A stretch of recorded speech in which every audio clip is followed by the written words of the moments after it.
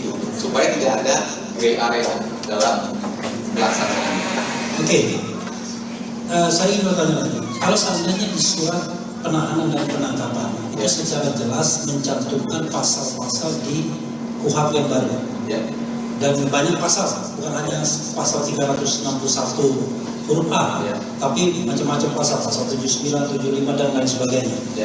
Apakah itu, apa pendapat saudara Hakim? Apakah yang digunakan itu KUHP lama atau KUHP baru sesungguhnya? Karena misalnya sama sekali tidak dicantumkan undang-undang yang lama di dalam surat penahanan dan penangkapan itu. Oke, begini. Jadi apakah ketika dicantumkan undang-undang yang baru kemudian otomatis itu menjadi pakai undang-undang yang baru soal pengetikan? Apakah itu sebuah kesalahan? Misalnya dia lakukan itu berdasarkan 881, kemudian ditulisnya undang-undang KUHP yang baru, yes, itu suatu kesalahan, itu jelas. Ya, cuman begini, sebenarnya KUHP lama dan KUHP baru itu kan nggak ada bedanya dalam upaya penangkapan, penahanan, thresholdnya nggak ada bedanya, Pak pemohon. Threshold utamanya tadi angka 2 tadi. Ya, itu yang pertama. Nah, kemudian pertanyaan yang kedua, apakah kesalahan itu cukup untuk menggugurkan upaya paksa itu? Nah, itu pertanyaan lain yang kemudian menjadi pertimbangan hakim. Apakah itu cukup signifikan? Kalau saya melihatnya, apakah itu signifikan? Kurang signifikan karena syaratnya juga sama kok. Ya, syarat penangkapan penahanan itu kan sama, 2 alat bukti tadi, bukti yang cukup. Oke, ya saya lanjutkan. Kita kan bicara tentang juga formal dan material ya. Ketika secara formal surat penangkapan dan penahanan itu harusnya tunduk pada undang-undang yang lama 881, tapi kemudian yang dibuat ternyata pasal-pasal dalam undang-undang yang baru, apakah secara formal surat penahanan dan penangkapan itu tidak cacat yuridis? Maksudnya di dasar hukumnya, ya, suatu kesalahan, yes, ya ada cacat di situ, ya. Cuman kan pertanyaannya, apakah cacat itu akan menggugurkan semuanya? Apakah signifikan? Gini, cukup itu aja. Kita jangan kemudian menginikan. Saya cuma mengatakan apakah itu cacat yuridis atau enggak. Definisi cacat yuridis apa dulu sebenarnya? Tapi kesalahan, yes, mestinya 81. Gitu. Ya udah, cacat formil, udah, oke ya. Oke. Satu lagi, bukan satu lagi, ada beberapa lagi. Kita tahu bahwa KUHP itu tidak berlaku lagi yang lama sejak 2 Januari. Misalnya dalam surat penahanan dan penangkapan itu masih mencantumkan pasal dari KUHP yang lama, apakah kemudian itu juga bisa dinilai cacat? Kalau itu tergantung, karena gini, kadang ada asas lex favoreo tadi. Jadi penegak hukum ini nanti jaksa kan biasanya pas penyerahan itu nanti ada tanda tangan tuh, penyesuaian, pasalnya berubah. Pasal mana yang lebih ringan? Nah, kalau pasal mana yang lebih ringan itu harus dilihat karena interpretasinya beda. Karena gini, ada yang mengatakan pasal yang lebih ringan kalau hukumannya tuh atau denda kategori, ya. Tetapi ada juga yang mengatakan di KUHP itu dendanya kan lebih ringan daripada KUHP yang lama. Nah, tergantung lihat dari mana. Itu biasanya kesepakatan, makanya biasanya ketika penyerahan tahap 2 itu tanda tangan tuh, kesepakatan mau pakai pasal yang mana. Oke. Atau di dalam teknisnya nanti tetap disebutkan tuh. Ya. Jadi kombinasi dakwaan. Saya lanjutkan ya. Apakah menurut saudara Ali lex favorio itu sebenarnya hanya buat tersangka atau terdakwa dan kemudian pertimbangan hakim nanti di pengadilan begitu? Iya, betul. Artinya untuk tersangka, untuk kepentingan tersangka dan terdakwa melindungi. Artinya apakah penyidik pun bisa mencantumkan pasal-pasal KUHP yang lama dalam surat penangkapan, dalam surat penahanan? Ya, bisa saja, karena kan nanti diverifikasi oleh jaksa. Ya. Tanda tangan pas penyesuaian itu ditandatangani yang mana. Nanti kemudian diargue lagi kepada hakim. Nanti hakim yang menentukan. Misalnya terdakwa mengatakan bahwa saya untungnya sebenarnya di sini.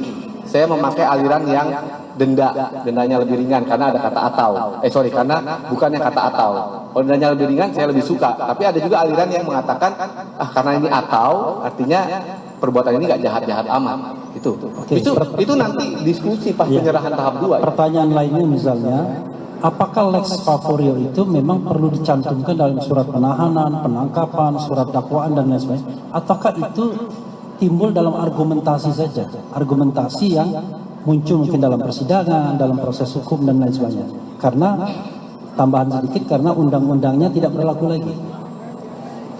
Dalam argumentasi tidak berlaku itu beda kalau pidana tadi. Bisa berlaku kalau itu dianggap menguntungkan. Kalau ternyata misalnya penyidik mengatakan, saya berpikir lebih menguntungkan yang 310, 311 misalnya dalam hal ini ya. Karena dendanya cuma sedikit. Kalau yang di sana dendanya lebih banyak. Ya sudah saya cantumkan itu. Nanti masalah jaksa menyesuaikan yang lain itu persoalan yang kedua. Masalah hakim memutuskan yang lain itu persoalan yang ketiga. Oke. Gitu. Ya, tambahan lagi ya. Sekarang ini kita melakukan pra-peradilan dan ketika kasus itu sudah dilimpahkan, pra-peradilan tetap berjalan.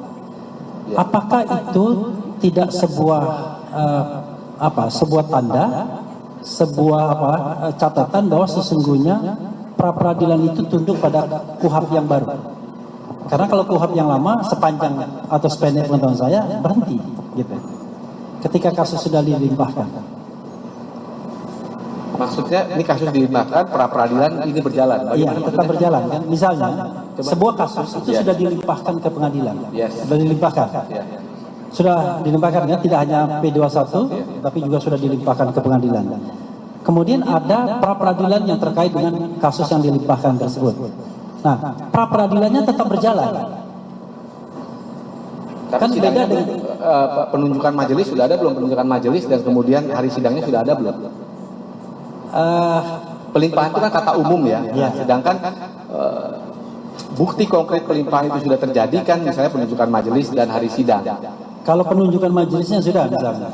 Hari sidangnya sudah. Hari sidangnya belum sudah ya.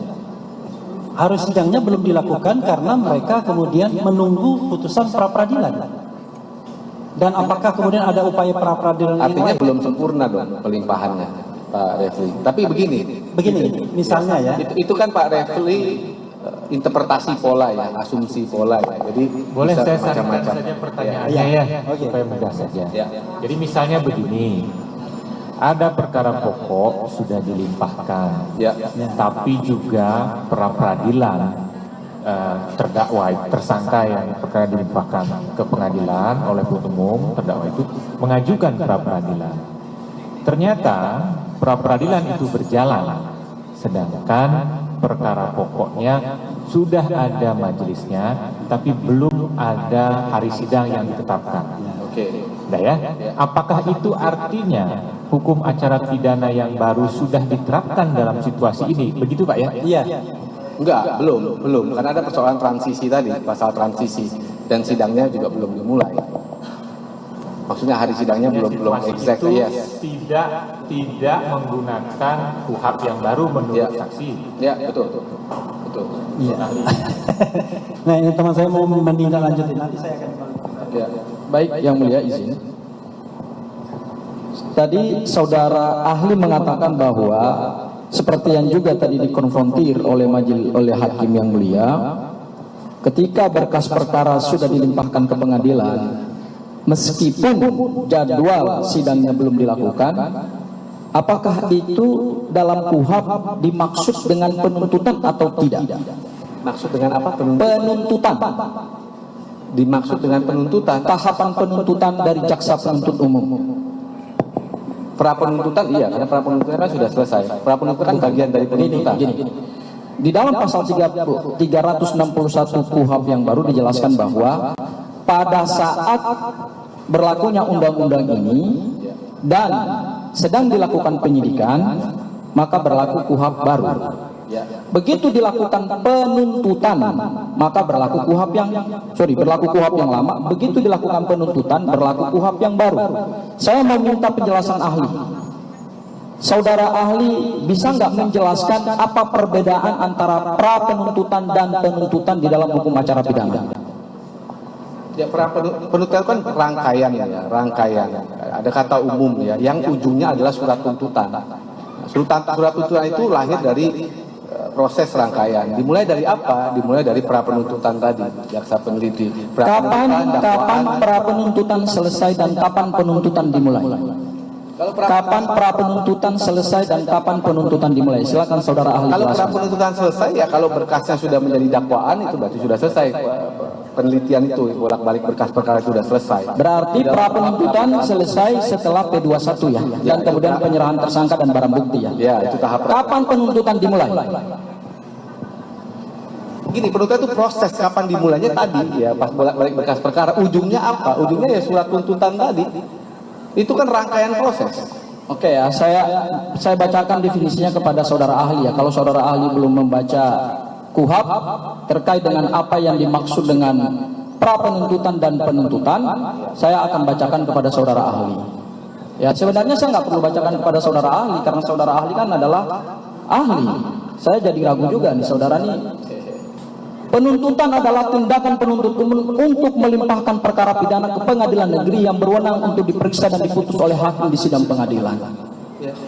Ketika berkas perkara sudah dilimpahkan, sudah keluar nomor registrasi perkara pidananya, sudah dibentuk majelis hakimnya, sudah dibentuk jaksa penuntut umumnya, sudah dibentuk jurusita pengadilannya. Apakah itu bukan penuntutan? Ya, bagian. Nah, kalau di situ penuntutan, berarti saudara ahli argumennya tidak konsisten. Tadi mengatakan bahwa Sebentar Pak. Ya. Begini ya. Kalau saudara tidak sependapat tidak apa-apa. Jangan didebat pendapat ahli itu ya. Baik yang mulia, baik Tidak yang terima mulia. tidak apa-apa. Oke. Nanti dalam kesimpulan bisa ditanggapi. Oke, baik. Jadi saya mau penegasan dari saudara ahli supaya clear ini kita persidangan. Saudara memaknai penuntutan itu adalah apakah sidang dimulai ataukah setelah berkas limpah sudah register nomor registrasi perkara pidananya, sudah dibentuk majelis hakimnya, sudah ada jaksa penuntut umumnya, sudah ada jurusita pengadilannya. Sudah ada paniteranya, mohon maaf. Itu proses ya. Jadi ketika pra penuntutan itu penuntutan sudah dimulai. Apalagi kalau sudah dilimpahkan, itu penuntutan sudah dimulai karena berarti sudah ada dakwaannya. Oke, baik, berarti jawaban saudara saya minta penegasan. Penuntutan itu ketika berkas sudah dilimpah berarti rangkaian penuntutan sudah dimulai ya. Baik. Kalau berdasarkan pasal 361 KUHP yang baru tadi ya, asas transistoi, KUHP yang berlaku adalah pada saat suatu perkara pidana sudah dilakukan penuntutan. Berarti menurut saudara ahli berdasarkan penjelasan saudara tadi, mana yang berlaku dalam pra peradilan ini? Apakah KUHP yang lama ataukah KUHP yang baru? Karena terhadap pokok perkara sudah dilakukan tahapan atau rangkaian penuntutan. Silakan saudara ahli jelaskan. Pakai KUHP yang lama karena kan proses penyidikannya itu kan sudah dimulai sebelum ada KUHP yang baru, itu diselesaikan. Nah, ketika dia itu sidang, ya, baru dia memakai KUHP yang baru. Ya. Sidangnya nanti KUHP yang baru. Apakah pra peradilannya itu pakai KUHP yang baru apa yang lama? Yang lama karena upaya paksanya memakai KUHP yang lama. Sudah dilakukan penetapan tersangkanya pakai KUHP yang lama. Nah, pra peradilannya memakai KUHP yang lama. Nanti tapi belum dilimpahkan ke pengadilan misalnya, ya itu sudah saya belum dilimpahkan, dia pakai KUHP yang baru. Oke, baik saudara ahli. Dilimpahkannya kan 2026. Oke, baik kalau begitu saudara ahli saya minta penjelasannya. Apa perbedaan lembaga pra peradilan di KUHP yang lama maupun di KUHP yang baru? Apakah ada perbedaan yang esensial dari kewenangan pra peradilan di Undang-Undang Nomor 8 Tahun 1981 dengan Undang-Undang Nomor 20 Tahun 2025? Ada beberapa ya, misalnya penetapan tersangka sekarang disebutkan, tadinya hanya putusan Mahkamah Konstitusi. Kemudian undue delay tadi ya, undue delay artinya laporan tidak diperiksa-periksa, itu bisa. Kemudian pembantaran penahanan, itu bisa, satu. Yang kedua, di 163-nya juga dikatakan, yang menarik nih ya, yang menarik kemarin juga ada diskusi di Dirjen Badilum soal pra peradilan itu memeriksa siapa? Advokat, tersangka, keluarga tersangka, dan pihak berkepentingan yang lainnya. Nah, kalau terhadap, mohon maaf saudara ahli, kita ke pokok-pokoknya saja karena waktu juga. Kalau terhadap upaya paksa, saya mau langsung ke upaya paksa. Kalau terhadap upaya paksa yang dilakukan oleh penyidik, ya atau aparat penegak hukum, bisa siapa saja, bisa jaksa juga, kemudian dilakukan permohonan pra peradilan. Apakah ada perubahan objek dari pra peradilan yang lama dengan pra peradilan yang baru? Objek pra peradilan di pasal 77 KUHP yang lama dan pasal 158 KUHP yang baru. Apakah ada perbedaan di situ? Coba bagaimana pertanyaannya, Pak pemohon? Apakah ada perbedaan objek pra peradilan di pasal 77 KUHP yang lama dan pasal 158 KUHP yang baru? Apakah saudara bisa jelaskan apa perbedaan dari kewenangan lembaga pra peradilan?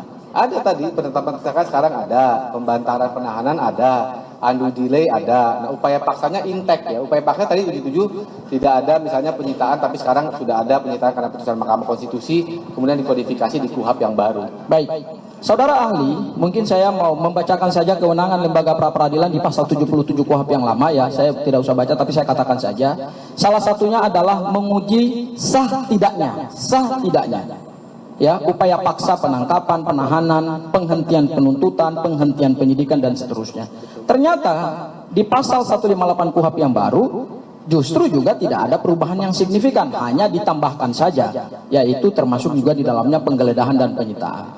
Apakah kalau kita mengajukan permohonan pra peradilan dengan KUHP yang lama dan KUHP yang baru, apakah dengan menggunakan KUHP yang lama seseorang memohonkan pra peradilan itu kemudian peristiwanya setelah berlaku KUHP yang baru otomatis gugur, ataukah juga ketika seseorang mengajukan permohonan pra peradilan di rezim KUHP pidana yang baru tapi juga masih menggunakan KUHP yang lama, apakah juga dengan otomatis gugur?